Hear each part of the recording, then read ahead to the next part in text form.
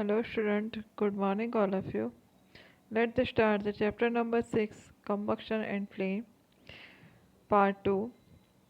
The history of the matchstick is the very old. जो matchstick की history बहुत पुरानी है. More than the 5000 of years ago, मतलब कि स्मॉल पीसेस पाइन वुड्स जो होता था डिपेट्स इनटू द सल्फर. सल्फर के अंदर उसको डिप किया जाता था and use the match in the ancient Egypt. Egypt के अंदर यूज होता था.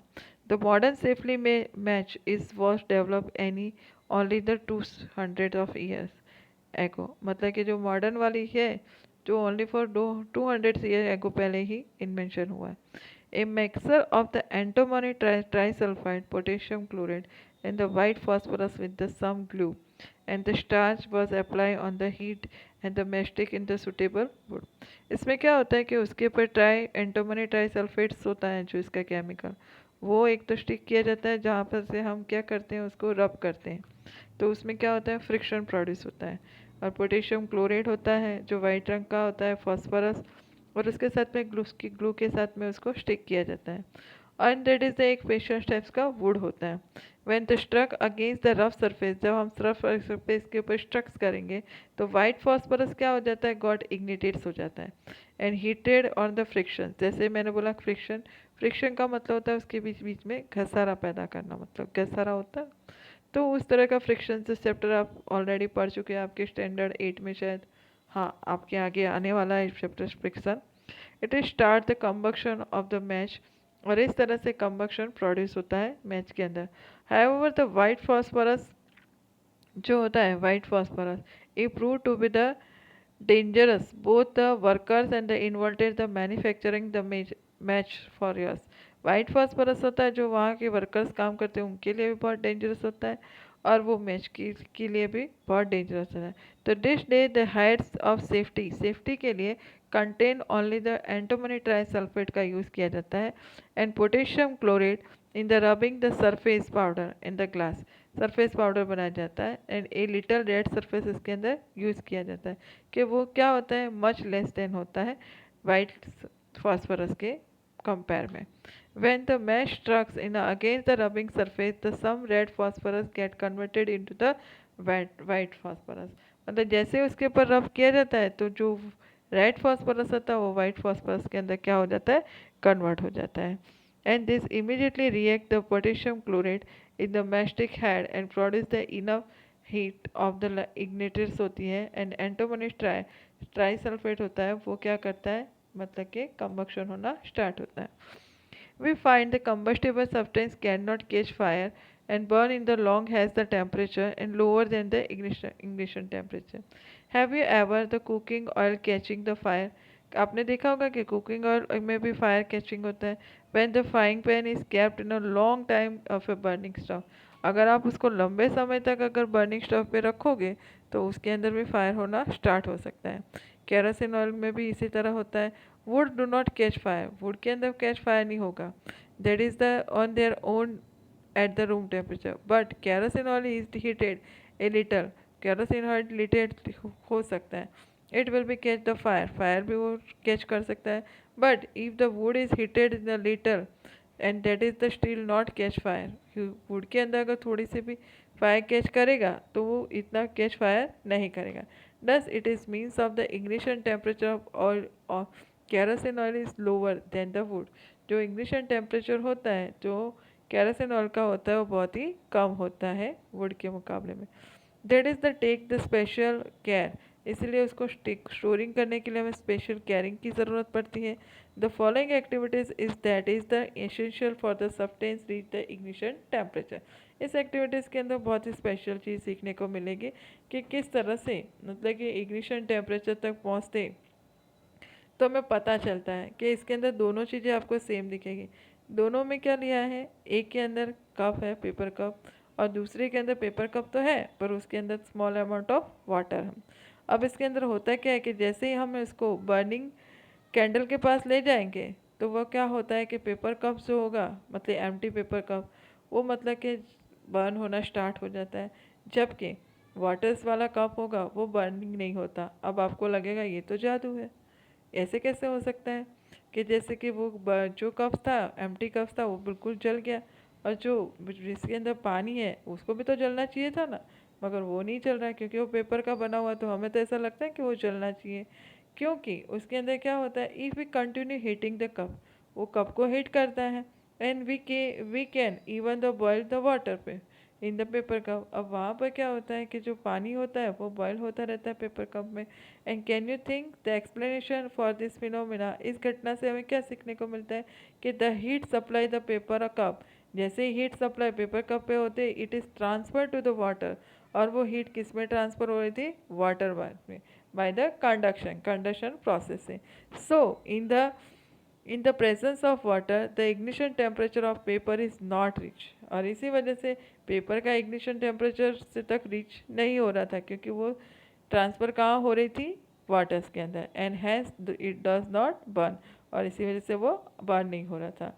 The substance which is have the very low ignition temperature, काफ़ी सारे सब्सटेंस का टेम्परेचर मतलब कि बहुत ही लो इग्निशन टेम्परेचर होता है, and it is can be easily catch the fire, और इसी वजह से वो तुरंत ही कैच फायर कर लेता है with the flame, and it is called the inflammable substance. अच्छा, इनफ्लेमेबल सब्सटेंस कैसे होते हैं कि जैसे पेट्रोल हो गया, एलपीजी हो गया, अल्कोहल हो गया, लिक्विफाइड पेट्रोलियम हो गया, जैसे आपके परफ्यूम को भी अगर आग के सामने लाया जाए तो वो भी जल सकता है।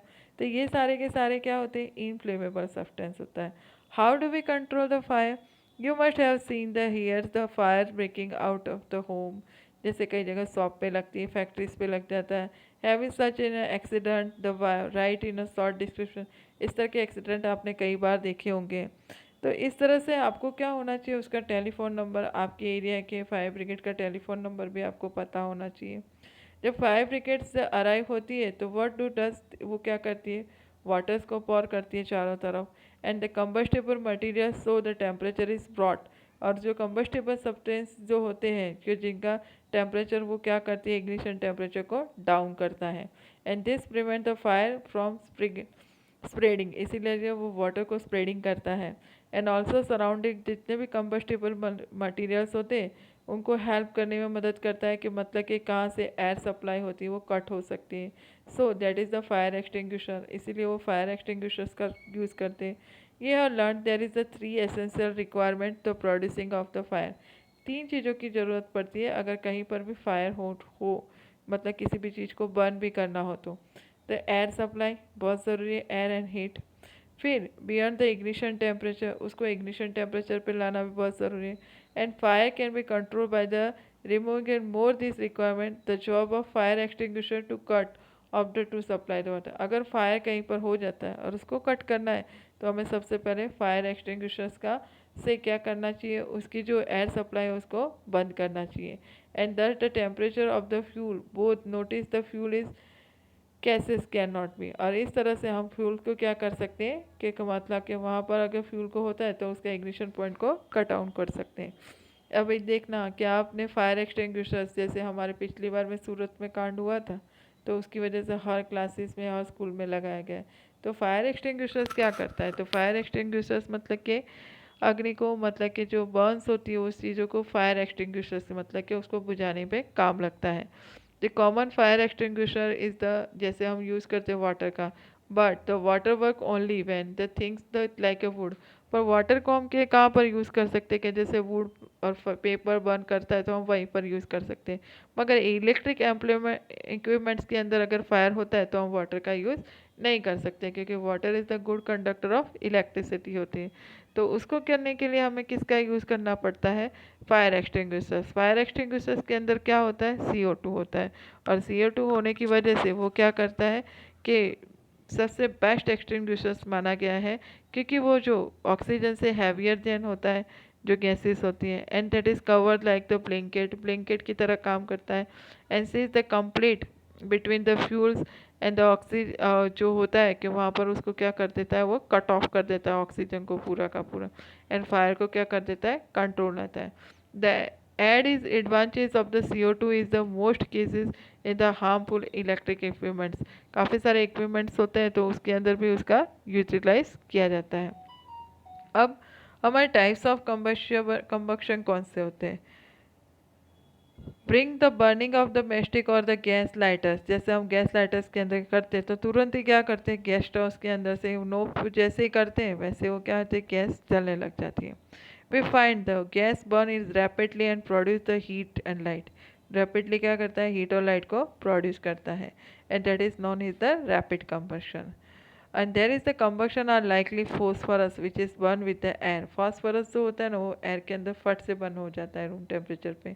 And there combustion in with the material in the suddenly burst, काफ़ी सारे होते हैं अचानक से ब्रस्ट हो जाते हैं, तो जैसे फ्लेम होते हैं which is application of the एपिडियन is called the spontaneous combustion. Spontaneous combustion का मतलब होता है कि जैसे कोई भी मटीरियल्स होता है वो सडनली ब्रस्ट हो जाता है, तो that is means of spontaneous burn, कि ये स्पोटोनियस मतलब कि जो होते हैं मटीरियल्स होते हैं कि जो तुरंत ही सडनली ब्रस्ट हो जाते हैं। वे जनरली जैसे फायर क्रैकर्स होता है वो फेस्टिवल्स के अंदर तुरंत ही बर्न हो जाते हैं, and take place with the evolution of heat and light और साउंड प्रोड्यूस करता है, large amount of gas form करता है। In this reaction is liberated, such reaction is the explosion, जिसे हम क्या बोला जाता है, एक्सप्लोजन्स बोला जाता है। Explosions can be take place in the pressure is apply on the crackers, उसमें क्या होता है, प्रेशर सप्लाई होता है। जैसे कि फ्लेम होता है, एलपीजी की flame, can you tell the colours of the flame, flame की कलर्स के बारे में आपने जाना है। हाँ, कई कलर्स होते हैं फ्लेम के, अलग अलग कलर्स होते हैं, पर अगर मेन 3 टाइप्स ऑफ कलर्स होते हैं, एक तो येलो, एक black and the blue colours होते हैं। तो फ्लेम का स्ट्रक्चर्स किस तरह से होता है, तो फ्लेम का स्ट्रक्चर्स कुछ इस टाइप का होता है। देखो आपको सबसे ज़्यादा अगर फ्लेम्स अगर दिखाई देती है तो कौन सी फ्लेम सबसे ज़्यादा होती है, येलो कलर की। ब्लू कलर की आपको कहाँ पर दिखाई देती है, उसके आसपास में दिखाई देगी आपको। The substance which is the vapours burning give the flames. An example, kerosene, oil, molten wax rise up and that is the weak vaporite, मतलब कि काफ़ी vaporite होते रहते हैं। And that is the during the burning of the flame, जैसे charcoal हो गया, on other day does not vaporize, मतलब कि उसके अंदर फ्लेम नहीं दिखाई देती। could not the vaporize the waxing of the coming this glass tube, तो वो फ्लेम प्रोड्यूस करेगी। हाँ, कैंडल फ्लेम प्रोड्यूस करती है। And introduce the clean glass plate and seat the luminous zone, मतलब उसके फ्लेम के अंदर अलग अलग आपको जोन देखने को मिलते हैं। और इस जोन के अंदर आपको जैसे कि कई बार हमने देखा होगा गोल्ड स्मिथ के यहाँ पर जाते हैं तो वो येलो कलर की फ्लेम का यूज़ करते हैं। Black rings from that is the, मतलब कि काफ़ी सारी लुमिनस जॉइंट्स हमें देखने को मिलती है। कॉपर वायर को भी जॉइंट करने के लिए येलो कलर की फ्लेम का यूज़ किया जाता है, और गोल्ड स्मिथ भी इसी तरह की फ्लेम का यूज़ करते हैं। और इसी तरह से आपने फ्लेम में देखा होगा कि फ्लेम के अंदर 3 टाइप्स ऑफ फ्लेम जोन्स देखने को मिलते हैं, कि सबसे अंदर की साइड्स में होता है वो ब्लैक जोन होता है। ब्लैक जोन का मतलब क्या होता है कि जहाँ पर वो मतलब कि ऑक्सीजन मतलब कि ना के बराबर होता है। और मिडल जोन सबसे ज़्यादा हाईएस्ट जोन्स जो होती है वो येलो कलर की जोन्स होती है, और इसके अंदर ऑक्सीजन लेवल के अंदर होता है। और जो सबसे बाहर के आउटर मोस्ट जोन्स होती है वो कम्प्लीटली कम्बक्शन होती है, और वो ब्लू कलर की और सबसे हॉटेस्ट पार्ट्स होता है, और इसी वजह से वो कैसे कलर की दिखाई देती है, ब्लू कलर की हो दिखाई देती है।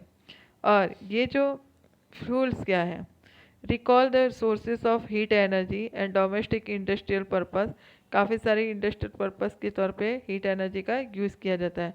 और मेनली जैसे वुड का यूज़ किया जाता है, चारकोल का यूज़ किया जाता है, पेट्रोल का यूज़ किया जाता है। That is the substance are the fuels, और ऐसे सब्सटेंस किसके नाम से जाने जाते हैं, फ्यूल के नाम से। A good fuel is the one of the readily is available, और दैट इज़ द चीप, मतलब सस्ता भी होता है। It is burn easily air moderate, और जो गुड फ्यूल क्या होता है कि जल्दी से बर्न भी हो जाए। And produce the large amount of heat large amount of heat produce करे परंतु स्मोक रिलीज ना करे। There is the profitable the fuel is could the considered ideal foods and look is the fuel is the fully field requirement in the particular, मतलब उसकी requirement सबसे ज़्यादा होती है गुड फ्यूल की। फ्यूल एफिशिएंसी क्या होती है, suppose we asked the boil is given the quantity of water using the cow dung and coal LPG जैसे होते हैं, and give the reason you take the help of your parents से, आप कर सकते हो पेरेंट्स की मदद से। The amount of heat energy produce, अब इसमें तो अलग अलग amount of heat energy produce होती है, जैसे उसको कंबक्शन किया जाता है, जलाया जाता है, तो 1 kg of fuel is the call is the calorific, calorific value. 1 kg अगर फ्यूल अगर बर्न होता है तो उसकी 1 कैलोरीफिक वैल्यू होती है। Calorific value is the fuel express in a unit. Unit के अंदर भी हम एक्सप्रेस कर सकते हैं कि जैसे किलो जूल के नाम से भी कर सकते हैं, per KG. And calorific value is the some fuels are given. काफ़ी सारे फ्यूल्स की कैलोरीफिक वैल्यू अलग अलग होती है, सब कैलोरीफिक, जैसे कि इस चार्ट में बताया गया है कि अलग अलग होती है। किसी वुड की होती है कि 1000 17,000 टू 22,000, तो सबकी कैलोरी वैल्यू अलग अलग होती है। बर्निंग फ्यूल्स हार्मफुल होता है क्योंकि वो कार्बन्स होता है जो वुड, कूल, पेट्रोलियम, ये कार्बन को रिलीज करता है जो अनबर्नड रह जाता है, और वो पार्टिकल्स क्या होते हैं कि उसके अंदर मतलब कि हमारे एयर के अंदर मिक्सअप हो जाते हैं, और इसकी वजह से भी हमारे सबसे ज़्यादा मतलब कि प्रॉब्लम्स क्रिएट होती है। इसी तरह से ग्लोबल वार्मिंग भी स्टार्ट हो जाती है। क्यों होती है? क्योंकि इनकम्प्लीट कंबक्शन होता है फ्यूल का, इसलिए कार्बन मोनोऑक्साइड प्रोड्यूस करता है। It is the poison gas होता है और वो भी हमारे लिए डेंजरस होता है। फिर इसी तरह carbon monoxide gas produce the person sleeping at the room, तो भी वो भी उसके लिए भी डेंजरस हो सकता है। Combustion most of the release the carbon dioxide, वो भी एनवायरनमेंट को में क्या करता है? कार्बन डाइऑक्साइड ग्लोबल वार्मिंग को इफेक्टेड करता है। ग्लोबल वार्मिंग के क्या होता है? टेम्परेचर हाईएस्ट हो जाता है, एटमॉस्फेयर टेम्परेचर बढ़ जाता है अर्थ का, अर्थ के अंदर जो एटमॉस्फेयर होता है तो वो ज़्यादा से ज़्यादा बढ़ जाता है। फिर इसी वजह से कई बार क्या होता है कि सल्फ़र डाइऑक्साइड गैस, ऐसे लोग जो सफोर्टिंग कॉरेसिव गैसेस होते हैं वो उसके अंदर मिक्सअप हो जाता है, तो कई बार एसिड रेन भी होता है। तो एसिड रेन का भी बहुत सारा इफ़ेक्ट होता है हमारे क्रॉप्स के, बिल्डिंग्स के ऊपर, सॉइल के ऊपर। इस तरह से हमारे लिए बहुत ही ज़्यादा हार्मफुल होता है। इसके लिए सबसे ज़्यादा डीजल और पेट्रोल का यूज़ करे बिना किसका यूज़ करना चाहिए? सीएनजी। सीएनजी मतलब लेस हार्मफुल सब्सटेंस है, compressed natural gas, because the CNG is the harmful product in the very small amount. उसके अंदर बहुत ही small amount of harmful products होते हैं, इसीलिए सीएनजी को क्लीनर फ्यूल के नाम से भी जाना जाता है। इस तरह से हमारा ये चैप्टर यहाँ पर कंप्लीट होता है। अगर इस चैप्टर के अंदर आपको कोई भी प्रॉब्लम हो तो आप मुझे बता सकते हो। Thank you all of you.